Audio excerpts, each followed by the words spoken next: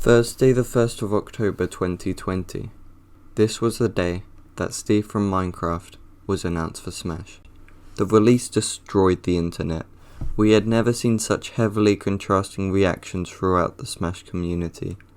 Stupid meme shitters and zoomers were popping off the hardest they ever have. Minecraft Steve! But there were also some pussies crying over the funny Blockman, saying it was a waste of a character slot. If you watch my reaction video, you'll know I'm in the former group of people, and this video is all about why. Just to preface, this isn't typically the type of content I would produce, but this reveal was pretty huge for me. I know that makes me sound like a loser. Well, I know I am a loser, but this was like the climax of my character arc. I'll start this video by taking us back to where it all began. The first time I played Minecraft was when I was sat in the living room of my old house, looking at what the Xbox Live Store had to offer. Minecraft was featured at the time as it had only just been released. Me being a 9-year-old prodigy, decided to get a trial for the game and see what it was. Then, there it was, the original tutorial world. It was so basic, so empty, but that's what made it so perfect. In the starting area, there was almost nothing aside an unfinished house made of planks and a lonely furnace in the middle of a field. As the night cycle progressed for the first time, I didn't know what to do. I felt scared and I died at least 17 times. Even by the second night, the only reason I died less is because I was imitating the Viet Cong, hiding in a claustrophobic hole with nothing but a grass block to protect me from the googlies. I struggled to fix the house at the time, but once I did, I felt proud. The windows were just holes because I didn't know glass even existed in Minecraft. After finishing the trial version 3 or 4 times, I asked my parents whether I could buy Minecraft. This was the start of how I poured so many hours into such a simple indie game. Fast forward a few months, every weekend I'm asking for sleepovers at my friend's house so I can see his Minecraft world. Although my proudest achievement was a dirt house with a tint of sand, he had learnt how to duplicate diamonds using a dispenser, and at this point I'm not even sure I'd seen diamonds before. He showed me how to tame wolves, farm wheat, and even use TNT, which is coincidentally how I was banned from his world. After this, my Minecraft habit just got worse, but for the better. It was taking over my life. My brother got an Xbox one Christmas just to play Minecraft with me without having to split screen. We both got PCs and started playing Pixelmon around 2014.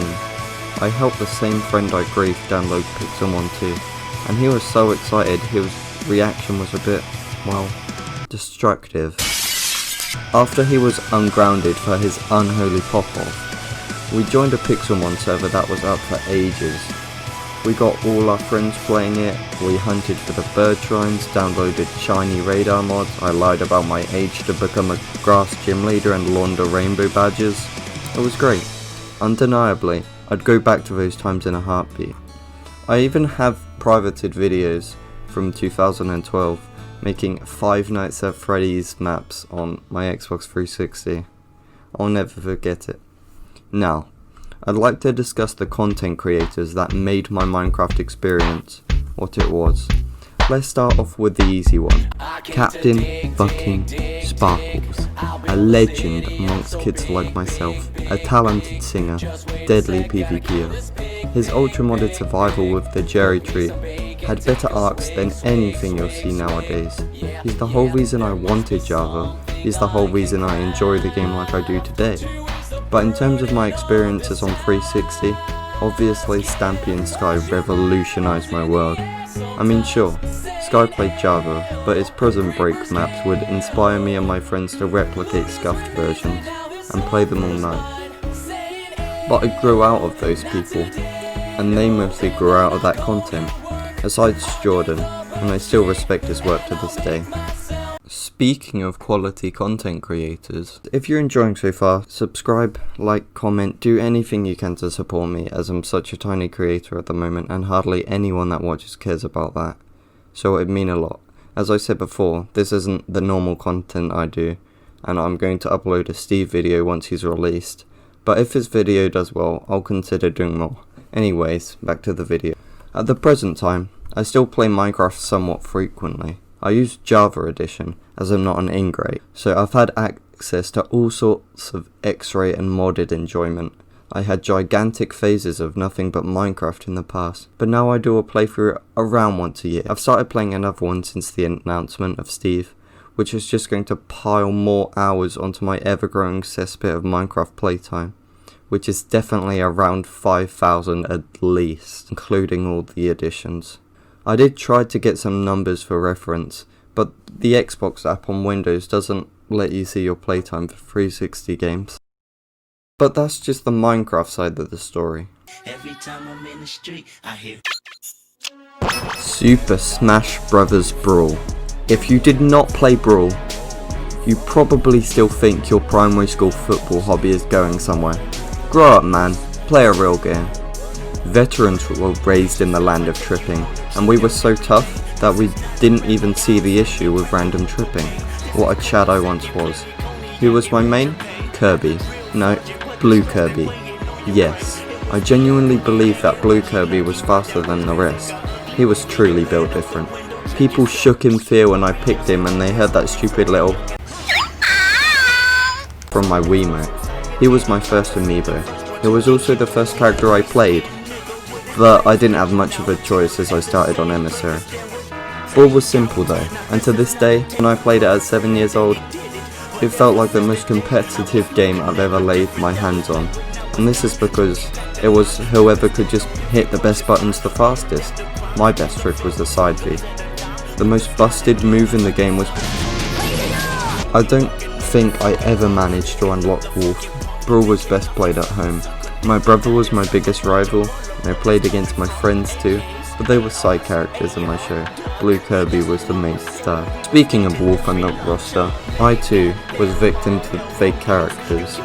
I spent ages trying to unlock the Animal Crosser and felt gut-wrenching defeat when I saw a complete roster without him included.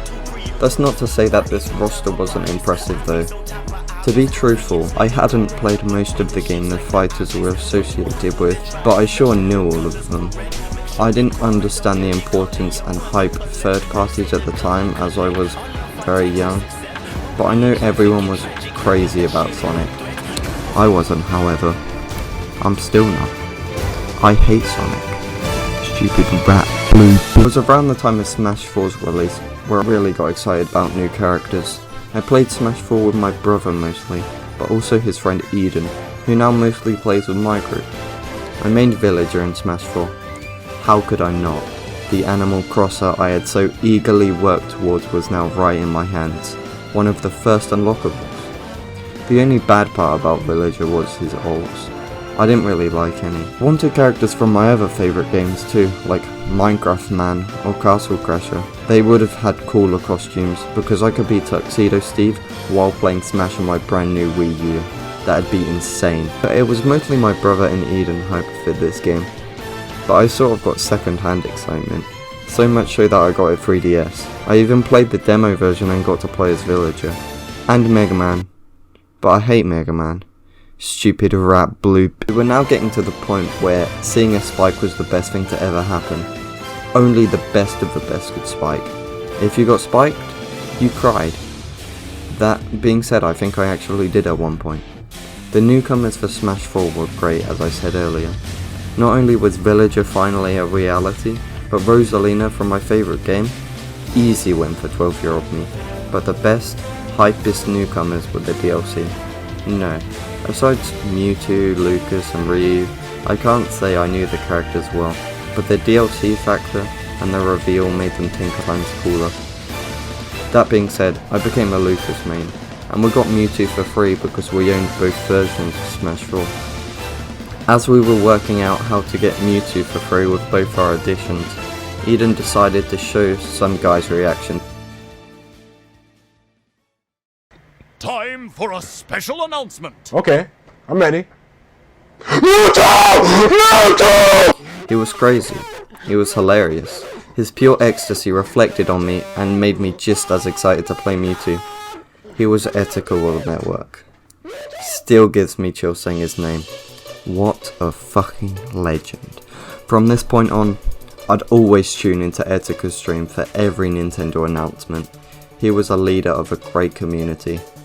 He even introduced me to Alfred's content, and as you can probably tell, Alfred is probably my favourite content creator right now. I would not even be into Smash if not for either of them. Unlike Stampy, Sky and Sparkles, I never grow out of Alfred. It's time to talk about Ultimate. The hype for this game was unreal. Me, my brother, Jack, Eden, all pre-ordered Ultimate and played it day one. I bought a family online bundle for us to play. The whole reason me and Eden got our Switches was to play Ultimate. He got the Smash Switch bundle, I got the Pokemon Let's Go one, just to get my Switch a month sooner. Every announcement before and after the game came out, we'd all watch Etika. We were screaming SNAKE! Mimicking Etika, laughing and getting even more hyped as his stream went on. This was the best Smash has ever been. The DLC fighters weren't a pushover either. Etika reacting to Joker is the whole reason I got into the Persona series. Obviously I wasn't too hyped, as I had no idea who he was before. The Piranha Plant reveal was pretty insane too. Everyone thought it was Geno. Even in everyone's reaction, they don't notice until he backrolls. It's really funny. Yeah. Oh my god, my childhood dreams are coming true, it's Geno! I died. It's Geno, it's fucking Geno! Watch!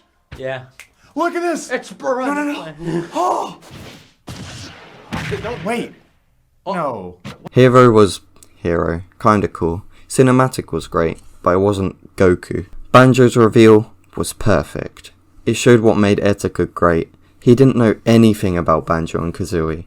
All he knew about was how much this meant to some people, and he popped off for everyone that cared. In this bitch, I don't even know these niggas. I don't fuck with them, but hey, they had it. Ah! Shows how great of a person he was. Sadly, after the Banjo reveal, we wouldn't see any more of Etika's reactions. I'm sure I don't have to recite the rest. I don't want to. It's been a while since this all went down, but it hasn't made it any less devastating. I'm sure people who knew him personally, such as Jacob, suffered even more from this, and for that, I respect him even more for keeping his head high and producing his same content. It was a dark time, and caused a lack of excitement in the DLC for a while. It won't ever be as good as it used to. The next few fighters emphasised how empty it was. Albeit, I didn't know of Terry, but Byleth and Min Min were pretty standard at best. Even if there were picks I preferred, I'm sure it would have just felt the same. I still watch his reactions sometimes, and I still watch tributes and compilations. I also rewatched Alfred's video on SmashCon recently, just to listen to his speech about Etika near the end of it. The popular games at the moment aren't very good. Fall Guys was the biggest new game for a while, and there's so little options, people are going back to games that were made 2 years ago. Everyone like me was in dire need of something to be excited about. And just in the nick of time, there it was. The next fighter would be revealed on the 1st of October. I had recently been recording videos as I had once again picked up enthusiasm for it, so I decided to film my reaction, just for fun. In that video, we throw out a few characters we would like in the game. We go for obvious picks, but we all have a thought, a hope in the back of our mind that it might be a pick that just changes everything. If I haven't deleted the recording, I'm sure we even joked about Steve being added. We always just shoved him in the category of Waluigi, haha funny, isn't getting in, but Steve would have been cool. We watched the trailer while recording, saying random names, partly jokes, partly trying to guess. Paper Mario, Shadow, Mario himself, but nothing could have prepared us for what was going to happen. In the trailer, as Mario smashes into the cave, my immediate thought was Limbo. Yep, Limbo. I had no idea what the game was, I just knew it was black and white. There was a silent couple seconds as Mario looked around in the dark, but the second I saw the spider eyes my heart dropped. If you've seen the reaction, you know what I'm on about. I said I overreacted in the description for content, but deep down I didn't. It felt like the games of my childhood were all coming together, two worlds colliding. No one knew how he would be implemented. It didn't feel natural. Halfway through the reveal, I still didn't believe I was awake. This reveal was so incredibly insane to me, I thought I was dreaming. I rushed to Twitter to see my friends' reactions. When I see the words Minecraft, Steve, Smash had been used so much, Twitter broke. The only other time this has happened, ever, was when Michael Jackson died. And it doesn't matter if you're black and white, you were screaming about Steve. Either like me, or like this guy. What a stupid baby. I couldn't really think of a good way to end this video. So I'm just going to say thank you for watching this all the way through. I know it's not my typical content, and it's probably really cringy hearing me reading a script. But I wanted to make this video not only to share my experience, but also hear how others felt about it, or whether other people felt the same as I did. And once again, if you hadn't already, please sub. I put a lot of effort into these videos, and a small amount makes a giant difference to my channel.